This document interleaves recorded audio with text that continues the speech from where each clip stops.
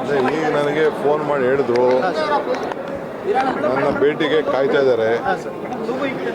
ಅಲ್ಲಿ ಬಹುಶಃ ಕೃಷ್ಣ ಕಚೇರಿಯಲ್ಲಿ ಇರಬೇಕು, ಮನೆಯಲ್ಲೋ ಇಲ್ಲ ಕೃಷ್ಣಲ್ಲೋ ಇರ್ತೀನಿ ಅಂತ ಫೋನ್ ಮಾಡಿದ್ದಾರೆ. ನಾನು ಅವ್ರಿಗೆ ಈಗ ತಾನೇ ಘೋಷಣೆ ಮಾಡಿದ್ರು ಅಂತ ನನಗೆ ನೀವೇ ತಿಳಿಸಿದ್ರಿ. ನನಗೂ ಫೋನ್ ಬಂದಿತ್ತು, ಭೇಟಿ ಮಾಡ್ತೀನಿ. ಸರ್, ಅವರು ಸಚಿವ ಸ್ಥಾನಕ್ಕಲ್ಲ ಶಾಸಕ ಸ್ಥಾನಕ್ಕೂ ರಾಜೀನಾಮೆ ಕೊಡ್ತೀನಿ ಅಂತ ಒಂದು ನಿರ್ಣಯವನ್ನು ಕೈಗೊಂಡಿದ್ದಾರೆ ಸರ್.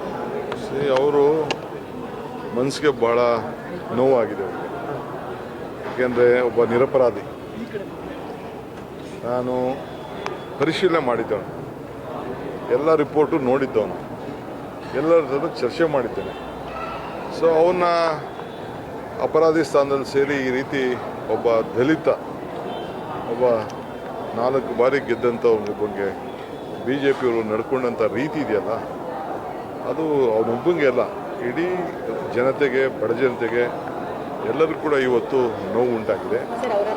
ಸರ್, ಅವರ ರಾಜೀನಾಮೆ ಬಿಜೆಪಿಯ ಗೆಲುವು ಅಂತ ಹೇಳಬೇಕಾದ್ರೆ ಸರ್, ಛಲವಾದಿ ನಾರಾಯಣ ಸ್ವಾಮಿ ಅವರೆಲ್ಲ ಆಯಿತು, ಅವ್ರು ಏನಾದ್ರು ಮಾತ್ರ ಖುಷಿ ಪಟ್ಕೊಳ್ಳಿ ಬಿಡಿ. ಸರ್, ಪದೇ ಪದೇ ಅವ್ರ ವಿಚಾರವನ್ನು ಪ್ರಸ್ತಾಪ ಮಾಡ್ತಾ ಇದ್ರು. ಬಟ್ ಸರ್ಕಾರ ಮಣಿತಾ ಅಂತ, ವಿಪಕ್ಷಗಳ ಒತ್ತಡಕ್ಕೆ ಸರ್ಕಾರ ಮಣಿಸ್ತು ಅಂತ. ಸರ್ಕಾರ ಮಣಿದಿಲ್ಲ.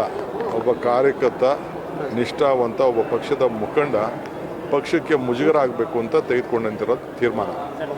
Thank you sir.